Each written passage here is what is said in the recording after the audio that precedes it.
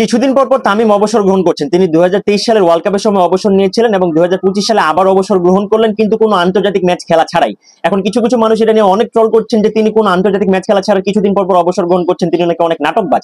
আরেকদিকে সাকিব আল হাসানের কথা বলছি, তিনি বোলিং অ্যাকশনের জন্য নিষিদ্ধ হয়েছেন, তিনি খুব চেষ্টা করছেন খেলার জন্য, কিন্তু রাজনৈতিক ইস্যুর কারণে তিনি আসলে খেলতে পারছেন না। এখন এই দুইজন ব্যক্তি, একজন আসলে অলরাউন্ডার এবং একজন আসলে দেশসেরা ব্যাটসম্যান, এটা নিয়ে কোনো কথা নাই।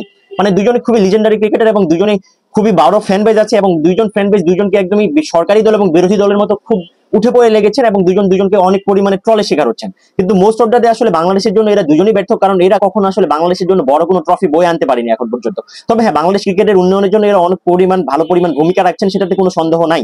আসলে বাংলাদেশ ক্রিকেটে মানে বিনোদন, কেননা বাংলাদেশ ক্রিকেট কোনো সময় উন্নয়ন হয়নি, কারণ বাংলাদেশ ক্রিকেট আসলে কেনিয়ার মতো টিম হয়ে যাচ্ছে, বাংলাদেশ ক্রিকেট টিম এখন জিম্বাবুয়ের মতো টিম হয়ে যাচ্ছে। এছাড়া বড় কোনো উন্নয়ন আর বড় কোনো অর্জন এদের ভিতরে আসলে নাই। আসলে আফগানিস্তান দেখেন, আমাদের পরে অনেক পরে ক্রিকেট খেলছেন, তারা আসলে অনেক বড় বড় টিমকে এখন পাল্লা দিয়ে হারাচ্ছেন। তো আসলে আমার মনে হয় বাংলাদেশের কোন অর্জনের আগে তারাই বড় ধরনের কোন অর্জন করে ফেলবেন, এবং তারা অনেক ধরনের প্লেয়ার গুলো আসলে রেগুলার আইপিএল খেলছেন।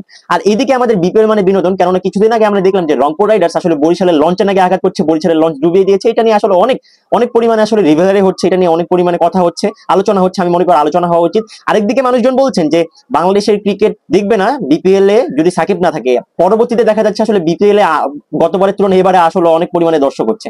তো বাংলাদেশ ক্রিকেটে আসলে বিনোদন হচ্ছে, আসলে বিনোদন তো হবে, কারণ আমরা এটা আসলে আমাদের আসলে অনন্ত জলিল দেশ, যেখানে বাংলাদেশের সবই সম্ভব। মানে অনন্ত জলিলের যেমন বলে না যে অনন্তকে সম্ভব করা, অসম্ভবকে সম্ভব করা অনন্ত জলিলের কাজ, ঠিক তেমন আসলে অসম্ভবকে সম্ভব করা এবং বাংলাদেশ ক্রিকেটকে বিনোদনে পরিণত করা বাংলাদেশেরই কাজ।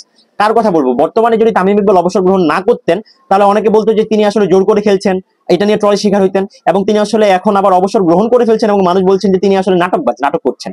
তো মোস্ট অফ দ্য ডে আসলে বাংলাদেশ ক্রিকেট কোনোভাবে উন্নয়ন করতে পারেনি, বাংলাদেশ ক্রিকেট বারবার হেরে যাচ্ছে। তো এটা নিয়ে আসলে এত পরিমাণে মাতামাতি করার কিছু না, আমরা আবারও হারবো, আমরা শুধু হারবো। একবার কথা বলছিল না যে যখন পাপন ছিল, বলবে যে আমাদের টার্গেট সবসময় next world cup, not this world cup. তো আমাদের আসলে আমি মনে করি আমাদের কোনো ওয়ার্ল্ড কাপেরই টার্গেট নেই, যে কিছুদিন পরে ড্রামা হবে, কিছুদিন পর আবার মানুষকে ভুলে যাবে। আর এইদিকে আমাদের বিপিএল এ আমাদের সুজন, যিনি আসলে ঢাকা ক্যাপিটালসকে সাকিব খানের এতগুলো টাকা আসলে তিনি জলে ডুবিয়ে দিয়েছেন। পরপর 16টা ম্যাচ তিনি আসলে হেরে বসেছেন। তিনি আসলে কখনো জিততেই চায় না। একটা কথা আছে না যে হাম নেই জিতেঙ্গে, মানে ওনারা জিততেই যাচ্ছে না।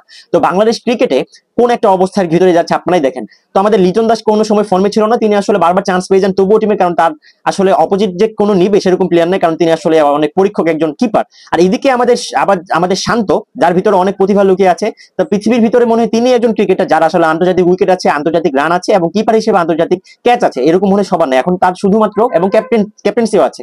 এখন মানুষজন বলছেন তার শুধুমাত্র এখন আম্পায়ারিং করা বাকি। তো বাংলাদেশ ক্রিকেট মানে বিনোদন মানে বাংলাদেশ ক্রিকেট, অনেক ধরনের ঘটনা ঘটছে। এখন কিছু কিছু মানুষ আবার আমাকে এসে বলবে যে এই তুই সাকিব এবং আমাদের প্রিয় তামিমকে নিয়ে কন্ট্রোল করছিস, সবার আগে তোকে গালি দেওয়া দরকার। আসলে বাংলাদেশের মানুষজন গালি দিবে, কিছুদিন পর আবার ভুলে যাবে, বাংলাদেশের মানুষ আবার গালি দিবে। মানে বাংলাদেশ যখন ভালো খেলবে বলবে আই লাভ ইউ, বাংলাদেশ যখন খারাপ করবে আরে ধুর, ঘোড়ার ডিম খেলতে পারে না, তোরা বাসে চলে যায়, তোদেরকে এত টাকা দিয়ে কিসে খেলা দরকার, টাকার কি অভাব পড়ছে। আমরাই আসলে বাঙালি। তো বাঙালি হয়ে যখন আমরা মানুষকে গালি দিতে পারি, তো বাংলাদেশ ক্রিকেটার আসলে বাঙালির ভিতরে স্বভাব থাকবে, এটাই তো স্বাভাবিক।